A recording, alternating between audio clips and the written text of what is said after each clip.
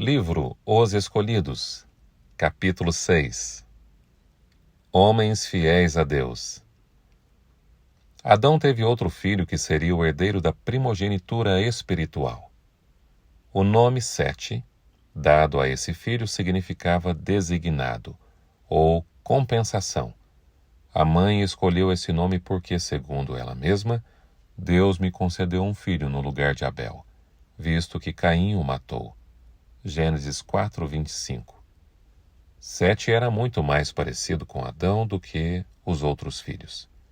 Tinha um caráter digno e seguia os passos de Abel. Mesmo assim, não herdou mais bondade natural do que Caim. Sete, assim como Caim, herdou a natureza caída de seus pais. No entanto, ele recebeu também o conhecimento do Redentor e a instrução na justiça. Ele trabalhou como Abel teria trabalhado, caso estivesse vivo, para que a mente dos pecadores voltasse a reverenciar e a obedecer ao seu Criador. Também a Sete nasceu um filho a quem deu o nome de Enos. Nessa época começou-se a invocar o nome do Senhor. Gênesis 4:26. A distinção entre as duas classes se tornou mais evidente. Por parte de uma havia uma grande profissão de fidelidade a Deus. Por parte de outra havia desprezo e desobediência. Antes da queda, nossos primeiros pais guardaram o sábado que foi instituído no Éden e, depois de serem expulsos do paraíso, eles continuaram a obedecê-lo. Compreenderam que todos, mais cedo ou mais tarde, vão entender não só que as leis divinas são sagradas e imutáveis, mas que a penalidade para a transgressão certamente se seguirá. O sábado foi honrado por todos aqueles que permaneceram fiéis a Deus. Entretanto, Caim e seus descendentes não respeitaram o dia em que Deus descansou. Caim fundou então uma cidade e deu a ela o nome de seu filho mais velho. Ele saiu da presença do Senhor para ir em busca de riquezas e prazeres na terra, tornando-se o líder daquela grande classe de pessoas que adoravam o Deus deste mundo. No que diz respeito aos meros progressos materiais e terrestres, os seus descendentes se destacaram bastante. Entretanto, eram contrários aos propósitos de Deus para a raça humana. Ao assassinato, Lameque, o quinto na descendência de Caim, acrescentou a poligamia. Abel tinha levado uma vida de pastor de ovelhas e os descendentes de Sete seguiram o mesmo caminho, considerando-se estrangeiros e peregrinos na terra, em busca de uma pátria melhor, isto é, a pátria celestial.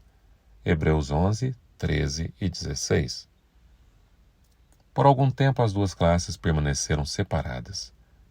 A descendência de Caim se espalhou a partir do lugar em que primeiramente se estabeleceu, dispersando-se depois pelos vales e planícies onde os filhos de Sete habitavam.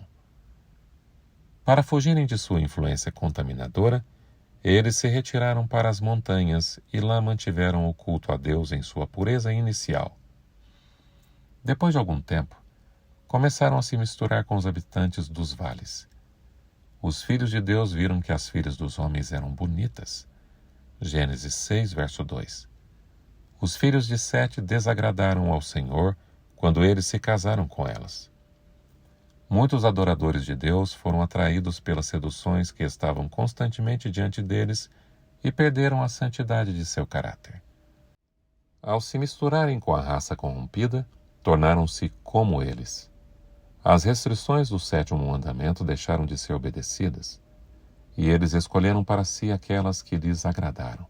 Gênesis 6, verso 2. Os filhos de Sete seguiram o caminho de Caim, Judas 11. Eles não apenas mantiveram a mente fixa na prosperidade e nas alegrias mundanas, mas também desprezaram os mandamentos do Senhor. O pecado se espalhou amplamente na terra. A longa vida de Adão. Durante quase 1000 anos, Adão procurou impedir a propagação do mal. Ele recebeu ordens para instruir seus descendentes nos caminhos do Senhor e guardou como um tesouro o que Deus lhe havia revelado, repetindo esses ensinos às gerações que o sucederam. Por 9 gerações ele descreveu a santa e feliz condição em que vivia no paraíso, repetindo a história da sua queda.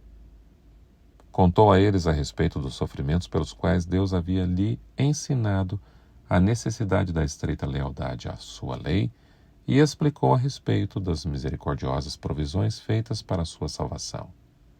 Entretanto, ele tinha que enfrentar frequentemente amargas reprovações pelo pecado que havia trazido tamanha desgraça sobre seus descendentes. Quando deixou o Éden, o pensamento de que deveria morrer fazia com que Adão estremecesse de horror. Cheio de remorso por seu pecado e lamentando a dupla perda pela morte de Abel e a rejeição de Caim, Adão foi dominado pelo peso da angústia. Embora a sentença de morte tenha parecido terrível no início, ao contemplar os resultados do pecado por quase 1000 anos, naquele momento, ele entendeu que era um ato de misericórdia de Deus por fim a uma vida de sofrimento e de tristeza. Os anos que antecederam o dilúvio não foram, como muitos imaginam, uma era de ignorância e de selvageria. As pessoas não apenas eram dotadas de grande força física e mental, mas tinham vantagens incomparáveis. Suas faculdades mentais se desenvolviam muito cedo. E aqueles que viviam no temor do Senhor continuavam a crescer em conhecimento e sabedoria por toda a vida. Comparados a eles, os famosos intelectuais de nossos tempos pareceriam muitas vezes inferiores, tanto em força física como mental.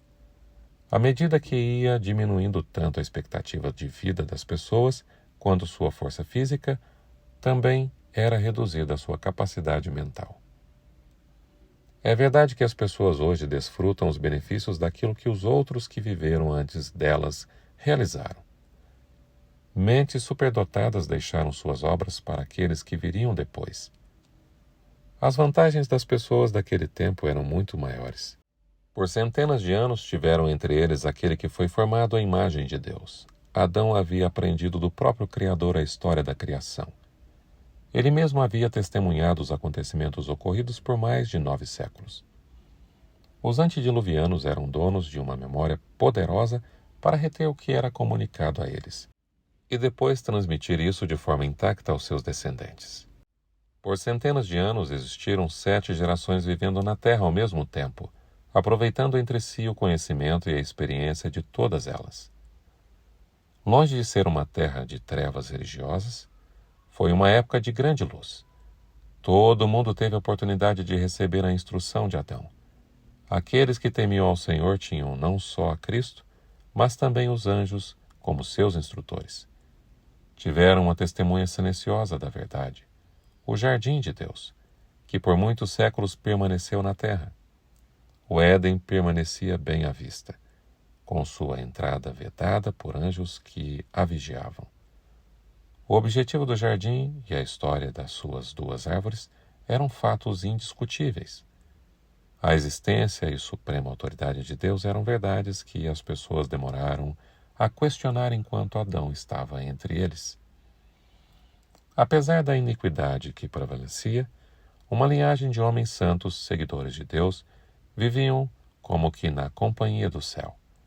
Pessoas com inteligência excepcional e talentos maravilhosos. Eles tinham uma sagrada missão: desenvolver um caráter de justiça para ensinar a lição da santidade, tanto às pessoas de seu tempo, quanto às futuras gerações. Apenas poucos são mencionados na Bíblia, mas em todas as épocas Deus teve testemunhas fiéis, adoradores de coração sincero. O primeiro homem que nunca morreu. Enoque viveu 65 anos e gerou um filho. Depois disso andou com Deus por 300 anos. Ele era um dos que preservavam a verdadeira fé, os antepassados da semente prometida. Dos lábios de Adão ele aprendeu a respeito da história da queda e da graça de Deus, conforme revelado na promessa, e confiou na vinda do Redentor no futuro. Depois do nascimento de seu primeiro filho, Enoque alcançou uma experiência mais elevada. Quando viu o amor do filho por seu pai, sua confiança pura em sua proteção, ao sentir a profunda ternura de seu coração por aquele primeiro filho, ele entendeu uma lição preciosa sobre o maravilhoso amor de Deus no dom de seu filho. O infinito amor de Deus demonstrado em Cristo acabou se tornando o tema de suas meditações de dia e de noite. Enoque procurou revelar esse amor ao povo ao seu redor. Para ele, andar com Deus não era uma forma de arrebatamento ou visão, mas ocorria em todas as atividades da vida diária. Como esposo e pai, amigo, cidadão, ele demonstrava ser um servo inabalável do Senhor. Seu coração estava em harmonia com a vontade de Deus, Pai, pois 2 pessoas andarão juntas se não estiverem de acordo. Amós 3, verso 3. Continuou a andar de maneira santa por mais 300 anos. Sua fé se tornava cada vez mais forte, e maior era seu amor com o passar dos séculos. Enoque era um homem de grande conhecimento, honrado com as revelações especiais vindas de Deus. Apesar disso, foi um dos homens mais humildes. Assim ele permanecia diante do Senhor. Para ele, a oração era tão importante quanto a respiração. Ele vivia na própria atmosfera do céu. Por meio dos santos anjos, Deus revelou a Enoque não apenas o seu propósito de destruir o mundo por um dilúvio, mas também o plano da redenção de uma forma mais ampla, mostrando a ele os grandes acontecimentos relacionados à segunda vinda de Cristo e ao fim do mundo. Ele não conseguia entender a questão dos mortos. Ele achava que tanto os justos como os ímpios voltariam ao pó da mesma forma e que esse seria o seu fim. Não conseguia ver a vida dos justos além do túmulo. Em visão profética, Enoque foi instruído a respeito da morte de Cristo e de sua vinda em glória, acompanhado de todos os santos anjos. Viu também estado de corrupção do mundo quando Cristo viesse pela segunda vez, que haveria uma geração orgulhosa, prepotente, voluntariosa, que pisava a lei e desprezava a obra expiatória. Ele viu os justos coroados de glória e honra e aos ímpios sendo destruídos pelo fogo. Enoque se tornou um pregador da justiça e transmitia as mensagens enviadas por Deus a todos os que as desejassem ouvir. Na terra em que Caim procurou fugir da presença divina, o profeta revelava maravilhosas cenas que lhe foram mostradas em visão.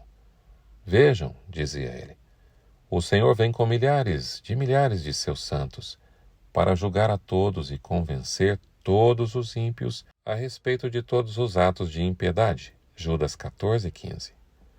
Enquanto ele pregava o amor de Deus em Cristo, reprovava os pecados que prevaleciam e advertia que o juízo certamente viria sobre o transgressor. Não são somente coisas agradáveis que são faladas por homens santos.